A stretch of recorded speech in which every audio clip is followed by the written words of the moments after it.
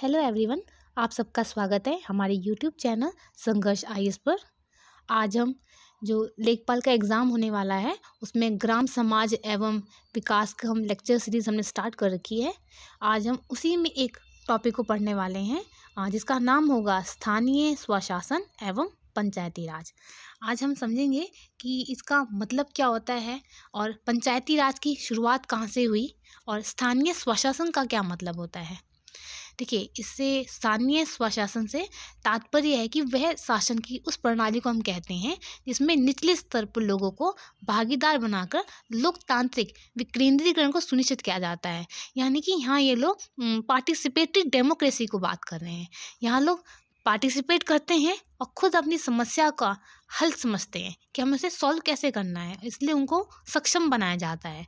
भारत में स्थानीय स्वशासन संस्थाओं का अस्तित्व प्राचीन भारत में मौर्य काल से रहा है। जब हमने फर्स्ट चैप्टर इनका पढ़ा था कि ग्राम विकास भारतीय संदर्भ में, तब हमने बात की थी मौर्य काल की और मुगल काल की और आधुनिक काल में ब्रिटिश शासन की बात की थी कि इन तीनों ही कालों में ये संस्थाओं का अस्तित्व में रही हैं और कुछ कुछ प्रयास किए गए हैं इनको सुधारने के लिए।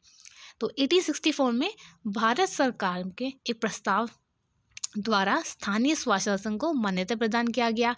1870 में लॉर्ड मायो ने पंचायतों को कार्यात्मक व वित्तीय स्वायत्ता प्रदान की। तो आपसे एग्जाम पूछ सकते हैं 1870 में कौन थे जिन्होंने वित्तीय स्वायत्ता प्रदान की, तो लॉर्ड मायो ने प्रदान की।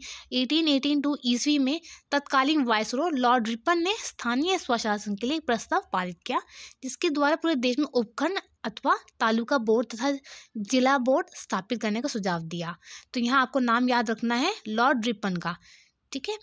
इस प्रस्ताव को स्थानीय स्वशासन को मैग्ना कार्टा भी कहा जाता है और लॉर्ड रिपन को भारत में स्थानीय स्वशासन का जनक कहा जाता है। तो क्वेश्चन पूछ लेंगे कि भारत में स्थानीय स्वशासन का जनक किसे कहा जाता है, तो आप हमेशा याद रखिए लॉर्ड रिपन को कहा जाता है। और इनकी जो स्थानीय स्वशासन के प्रस्ताव को हम मैग्ना कार्टा कहते हैं। अब पढ़ते हैं हम 1935 जो 1935 के अधिनियम द्वारा स्थानीय स्वशासन को पूर्णतः राज्य का विषय बना दिया गया था। यहाँ याद रखेंगे बात, पूर्णतः राज्य का विषय बना दिया गया। स्वतंत्रता हमें प्राप्त हुई। गांधी जी हमेशा ग्राम स्वराज की बात करते थे, तो उसी पर उन्होंने बल दिया और इसके लिए केंद्र में पंचायती राज एवं सामुदायिक विकास मंत्रालय की स्थापना की गई तथा केडे इनको मंत्री बनाया गया। सामुदायिक विकास कार्यक्रम को सफल बनाने के लिए और उसमें जन भागीदारी को बढ़ाने के लिए 1957 में बलवंत राय मेहता की अध्यक्षता में ग्रामोद्धार समिति का गठन किया गया। तो इसे हम बलवंत राय मेहता समिति भी कहते हैं, ये याद रखेंगे बिल्कुल। यहाँ पे बलवंत राय मेहता समिति जो प्रजातांत्रिक विकेंद्रीकरण की सिफारिश को स्वीकार करते हुए पंचायती राज की त्रिस्तरीय संस्थाओं ग्राम पंचायत, पंचायत समिति तथा जिला परिषद के रूप में सिफारिश की गई। मतलब क्वेश्चन पूछ लेंगे कि किसने 3 स्तरीय संस्थाओं को बात की थी, तो आप कहेंगे बलवंत राय मेहता समिति ने। और इसलिए BR मेहता को भारत के पंचायती राज व्यवस्था का वास्तुकार या शिल्पीकार भी कहा जाता है। सर्वप्रथम आंध्र प्रदेश में 1958 में पंचायती राज व्यवस्था को प्रायोगिक तौर पर लागू किया गया, लेकिन भारत में सर्वप्रथम 2 अक्टूबर 1959 को तत्कालीन प्रधानमंत्री पंडित जवाहरलाल नेहरू ने राजस्थान के नागौर जिले में पंचायत राज व्यवस्था की औपचारिक शुरुआत की। तो जो औपचारिक शुरुआत की थी तब आप राजस्थान ही बता कर आएंगे, और कब की थी, 2 अक्टूबर 1959 में। तो इसलिए राजस्थान देश का पहला राज्य है जहां संपूर्ण सर्वप्रथम पंचायती राज की स्थापना की गई। तो स्टेट हम याद रखेंगे, स्टेट का नाम है राजस्थान, जहां सबसे पहले पंचायती राज की स्टार्टिंग की गई। अब एक कमेटी और आती है समिति 1988 में PK थुंगन। 1988 में PK थुंगन समिति का गठन पंचायती संस्थाओं को विचार करने के लिए किया गया। थुंगन समिति ने भी पंचायती राज संस्थाओं को शक्तिशाली बनाने के लिए उन्हें संवैधानिक दर्जा का सुझाव दिया था। 1989 में तत्कालीन प्रधानमंत्री श्री राजीव गांधी जी ने पंचायतों के सुधार व सशक्तिकरण में विशेष रुचि ली तथा सिंधवी तथा थुंगन समिति की सिफारिश के आधार पर 64वां संविधान संशोधन विधेयक लोकसभा में प्रस्तुत किया, जिसे लोकसभा द्वारा पारित किया गया लेकिन राज्यसभा में नामंजूर कर दिया गया। तत्पश्चात पंचायत संबंधी प्रावधान के लिए प्रधानमंत्री पीवी नरसिम्हा राव ने 7वां संविधान संशोधन विधेयक संसद में लाया गया, जिसमें लोकसभा एवं राज्यसभा ने 22 एवं 23 दिसंबर 1992 को पारित कर दिया गया। तो इसमें हमें जो है ईयर याद रखना है कि ये 1992 में पारित कर दिए गए थे, ठीक है।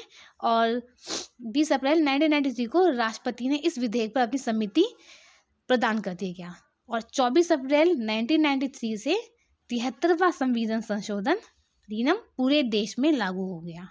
तारीख याद रखेंगे, 24 अप्रैल और 1993 में लागू कर दिया गया और पारित कर दिया गया था 1992 में।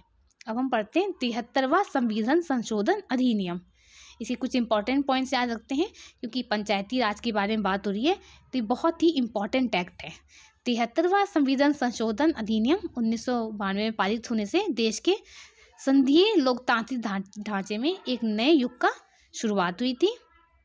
पंचायती राज संस्था को संवैधानिक दर्जा मिल गया, मतलब अब इन्हें हमने अपने कॉन्स्टिट्यूशन, जो हमारे डॉक्यूमेंट है, हमारे लिखा हुआ एक डॉक्यूमेंट है, उसमें हमने इन्हें शामिल कर लिया। इन संविधान संशोधन द्वारा संविधान में भाग 9 को पुनः स्थापित कर दिया गया और 16 नए अनुच्छेद 243 से अनुच्छेद 240 तक और 11वीं अनुसूची जोड़ी गई। इसके द्वारा पंचायतों का गठन, संरचना, निर्वाचन, सदस्य की उनकी एलिजिबिलिटी क्या होनी चाहिए, पंचायतों की शक्तियाँ, प्राधिकार और उत्तरदायित्व के लिए प्रावधान किए गए। पंचायती राज व्यवस्था समितियाँ, बलवंत राय समिति, ये कुछ समिति के हमें ईयर याद रखने हैं। 1956 अशोका मेहता समिति, 1970 पीवी के राव 1985, एलएम सिंघवी 1986, पीके थुंगन समिति 1988। अब कुछ इंपॉर्टेंट फैक्ट्स हम याद करेंगे एग्जाम से रिलेटेड, जैसे कि बलवंत राय मेहता समिति ने त्रिस्तरीय पंचायती राज व्यवस्था को और प्रजातांत्रिक विकेंद्रीकरण की सिफारिश की थी और सर्वप्रथम राजस्थान में 1959 2 अक्टूबर को नागौर जिले में इसकी शुभारंभ की गई। अशोक मेहता समिति ने द्विस्तरीय जिला परिषद एवं मंडल पंचायत इनका सुझाव दिया। एलएम सिंघवी व पीके थुंगन समिति ने भी संवैधानिक दर्जा प्रदान करने की सिफारिश की गई थी। पंचायती राज की संस्था को संवैधानिक स्तर पर पीवी नरसिम्हा राव के कार्यकाल में, आपसे वो प्राइम मिनिस्टर का नाम पूछ सकते हैं क्वेश्चन में कि किस प्रधानमंत्री के कार्यकाल में इन्हें संवैधानिक दर्जा मिला, तो पीवी नरसिम्हा राव के कार्यकाल में 73वें संविधान संशोधन 1992 द्वारा पारित किया गया था और पूरे देश में जो प्रभावी हुआ वो 1993 24 अप्रैल से हुआ था। अब हम पढ़ते हैं जो 11वीं अनुसूची जो जोड़ी गई थी, अनुच्छेद 243 छा, तो उसमें कौन कौन से पॉइंट्स हैं ये हमें याद होने चाहिए, क्योंकि एग्जाम में पूछ सकते हैं। आपको कोई भी 4 नाम दे देंगे और पूछ लेंगे कि कौन कौन से उसमें हैं, तो याद करते हैं। देखिए, कृषि एवं कृषि विस्तार आएगा, क्योंकि देखिए ग्राम की बात हो रही है तो कृषि आना जरूरी है। भूमि विकास, भूमि सुधार, चकबंदी, लघु सिंचाई, जल प्रबंध, पशुपालन, डेयरी, मत्स्य उद्योग, सामाजिक वानिकी, लघु वन उपज, लघु उद्योग, कड़ी ग्रामोद्योग और कुटीर उद्योग, ग्रामीण आवास, पेयजल, ईंधन और चारा, सड़कें, पुलिया, पुल, फेरी, ग्रामीण विद्युतीकरण, है ना, मतलब ग्रामीण में इलेक्ट्रिफिकेशन भी बहुत ज़रूरी है। अपारंपरिक ऊर्जा स्रोत, गरीबी उन्मूलन कार्यक्रम, मतलब पॉवर्टी एलिवेशन प्रोग्राम्स भी हमें चलाने हैं। शिक्षा प्राथमिक, तकनीकी प्रशिक्षण, प्रौढ़ अनौपचारिक शिक्षा, पुस्तकालय, है ना, लाइब्रेरी, बाजार मेले, सांस्कृतिक क्रियाकलाप, स्वास्थ्य और स्वच्छता, परिवार कल्याण, महिला व बाल विकास, समाज कल्याण, दुर्बल वर्गों के लिए कल्याण कार्यक्रम, सार्वजनिक वितरण प्रणाली, सामुदायिक अस्थियों का अनुसरण। तो मतलब आप लोगों ने देखा है कि सब चीज़ें हमारी बेसिक नेसेसिटीज़ जो हैं, शिक्षा, तकनीकी प्रशिक्षण, पानी, जल, स्वास्थ्य, परिवार कल्याण, महिलाओं के लिए, बाल विकास के लिए, ईंधन और चारा, जो बहुत ही एक ज़रूरी चीज़ें हैं, है ना। ये स्मॉल कुटीर उद्योग हो गए, मत्स्य उद्योग, पशुपालन, डेयरी, कृषि, भूमि विस्तार सुधार, सिंचाई से रिलेटेड, जल क्षेत्र विकास, तो ये बहुत कॉमन चीज़ें ये हमारे जो है शेड्यूल 11 अनुसूची 11 के अंदर इंक्लूड करी गई हैं। अनुच्छेद जरूर याद करना चाहिए 243 छा के अंतर्गत, बिल्कुल पूछ सकते हैं किसके अंदर ये आ रहा है। अब पढ़ते हैं हम लोग भारत में पंचवर्षीय योजनाएं। देखिए, पहली योजना हमारी आई है 1951 से लेके 56 तक। इनके हम मॉडल, लक्ष्य, इनका विषय हम पढ़ेंगे। इस मॉडल को हम कहते हैं हेरोल्ड डॉमन मॉडल। इनका मुख्य उद्देश्य था कृषि, सिंचाई और बिजली के लिए, और निर्धारित लक्ष्य से ज़्यादा जीडीपी वृद्धि दर प्राप्त की। दूसरी हमारी आई थी 1956 से 1961 तक। इसे हम कहते हैं पीसी महालनोबिस मॉडल। मुख्य उद्योग इनका था भारी उद्योग और चिकित्सा, और ये समाजवादी मॉडल औद्योगिकरण का तीव्र विकास। भारी उद्योग इनका मेन था कि हमें हैवी इंडस्ट्रीज़ पे ज़्यादा काम करना है, क्योंकि फर्स्ट पे ये कृषि पे काम कर चुके हैं। तीसरा आता है इनका 61 से 66 तक, सुखमेव, चक्रवर्ती और सैंडी, और इनका था मुख्य उद्योग खाद्यान्न उद्योग पे। गॉड इसे हम गडगिल योजना के नाम से भी मशहूर है ये। और सूखी और पाक चीन के युद्ध के कारण निर्धारित लक्ष्य को प्राप्त करने में ही थोड़ा असफल रही। फिर हम योजना अवकाश आ गया 66 से लेके 1969 में योजना आवास घोषित था। तीसरी पंचवर्षीय योजना की पूरी तरह से असफल होने के कारण। चौथी आई थी 1969 से 1974। इसे हम अशोक रुद्रा एलरमैनी, और मुख्य उद्देश्य कृषि एवं सिंचाई और भारत को आत्मनिर्भरता बनाना, उसके लिए विकास करना, और सूखा और बांग्लादेशी शरणार्थी समस्या के कारण असफल रही। पांचवी आई थी हमारी 1974 से 79। इसे सी सुब्रमण्यम और बाद में डीपी धर के नाम से प्रारूढ़ किया गया। मुख्य मुद्दे थे प्राथमिक शिक्षा और अंत्योदय कार्यक्रम, 10 वर्षीय लंबी योजना जो गरीबी हटाओ और आत्मनिर्भरता पे केंद्रित थी। तो आपसे क्वेश्चन पूछ लेंगे कि गरीबी हटाओ वाला कब आया था, तो बताना है पांचवी योजना में 1974 से 79 के अंदर आई थी। फिर एक आता रोलिंग प्लान जो 2 साल का था, 78 से लेकर 1980 तक। मोरारजी देसाई की जनता सरकार रोलिंग प्लान सिस्टम के साथ आई, जिसके मुताबिक प्रति वर्ष की उपलब्धियों का मूल्यांकन किया जाए, उसी के आधार पर अगले वर्ष की नई योजना बनाई जाएगी। छठी आपकी 1980 से 1985 गरीबी हटाओ और ट्राइसैम, NRIM, IRDP, ये सब कुछ मुख्य आई थी योजनाएं। और कृषि उद्योग एवं ऊर्जा पे मेन काम करना था इनको। सातवीं 1985 से 89 प्रणब मुखर्जी द्वारा रोजगार पर केंद्रित जवाहर रोजगार योजना की शुरुआत। तो जवाहर रोजगार योजना की शुरुआत की गई थी 7वीं में।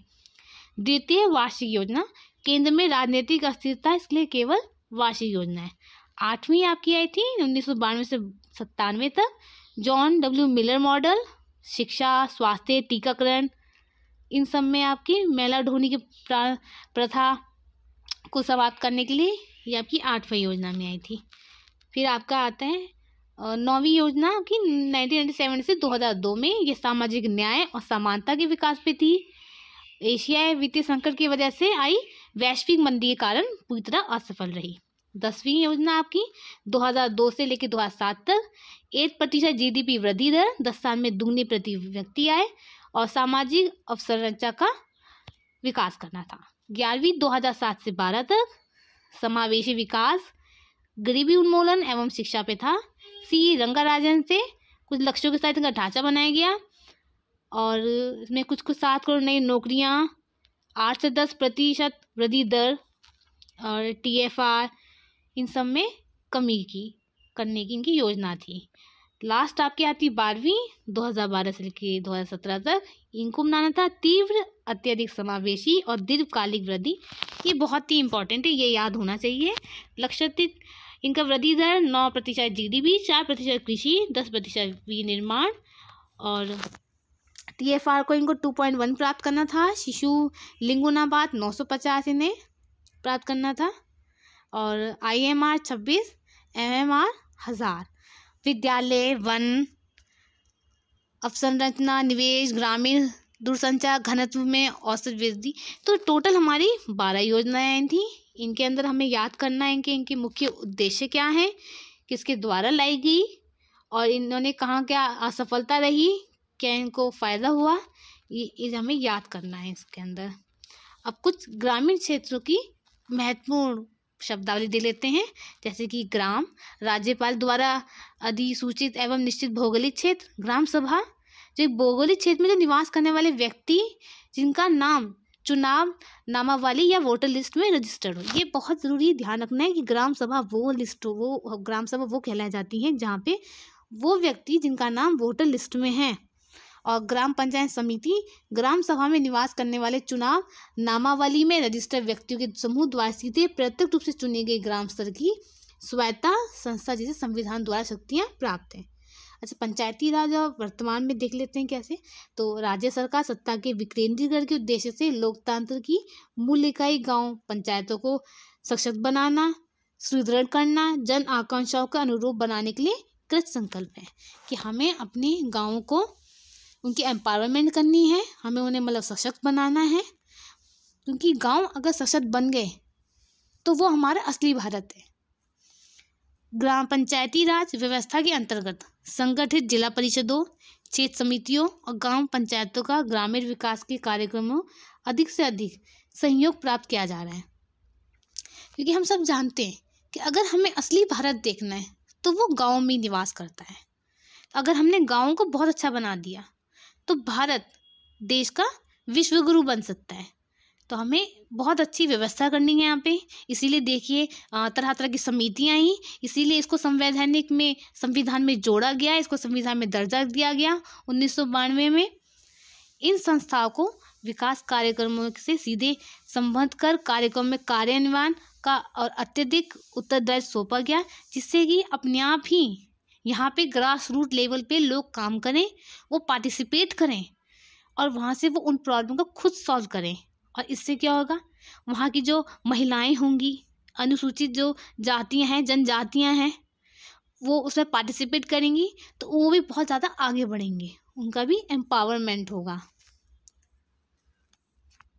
ग्रामीण क्षेत्रों में आवश्यक उपभोक्ता वस्तुओं की उपलब्धता सुनिश्चित करना, प्रारंभिक पाठशालाओं का भवनों का निर्माण कराना, क्योंकि बच्चे पढ़ेंगे, वहाँ पे स्कूल होंगे तो बच्चे पढ़ेंगे, बच्चे आगे बढ़ेंगे तो भारत आगे बढ़ेगा। तो इसके अतिरिक्त ग्रामीण क्षेत्रों में स्वच्छता विस्तार के लिए शौचालय निर्माण करना है ना, शौचालय निर्माण करना और उनको साफ पानी देना, सड़कें बनाना, ये कुछ महत्वाकांक्षी योजना है जो वहाँ चलाई जा रही हैं, जो पूरी हो रही हैं। और इस कार्यक्रम में ग्रामीण महिलाओं का भागीदार भी बहुत इंपॉर्टेंट है। वृद्धों की सुविधा के लिए अतिरिक्त बनाए जाने शौचालय के द्वारा गांव में स्वच्छता वातावरण का विस्तार हुआ है। दूषित वातावरण से क्या होता है, बीमारियां भी उत्पन्न होती हैं। इसके अतिरिक्त पंचायत राज के कर्मचारियों एवं पदाधिकारियों का प्रशिक्षण, पंचायत भवनों का निर्माण, हाट बाजार मेला का भी सुधार हो रहा है, वो खोले गए हैं। जैसे जो महिलाएं होती हैं, गांव की महिलाएं अच्छे अच्छे पापड़ अचार बनाती हैं, तो उनको हम लोग ला सकते हैं। वो जब उनकी चीज़ें आएंगी, ऑनलाइन बिकेंगी, तो उनका भी तो एम्पावरमेंट होगा, ठीक है ना। तो छोटे छोटे उद्योग वहाँ खोल सकते हैं। वहाँ पे पंचायत उद्योगों को तकनीकी तथा प्रबंधकीय सहायता, गांव सभाओं को अपनी आय में वृद्धि हेतु प्रोत्साहन मिलेगा। गांव सभा स्तर खरंजा एवं नाली निर्माण तथा ग्राम पंचायत अधिकारियों का आवासीय भवनों में निर्माण योजनाओं के कार्यान्वयन का दायित्व सौंपा गया है। तो ये सब हमारा आज हमने पूरा पढ़ा कि पंचायती राज कैसे कैसे आया, इसकी त्रिस्तरीय हमने पढ़ा कि क्या व्यवस्था है। तो ये लोग आप अच्छे से पढ़िए। कोई भी आपकी क्वेरी है तो हमें प्लीज़ कमेंट बॉक्स में कमेंट करिए आप लोग। So all the best.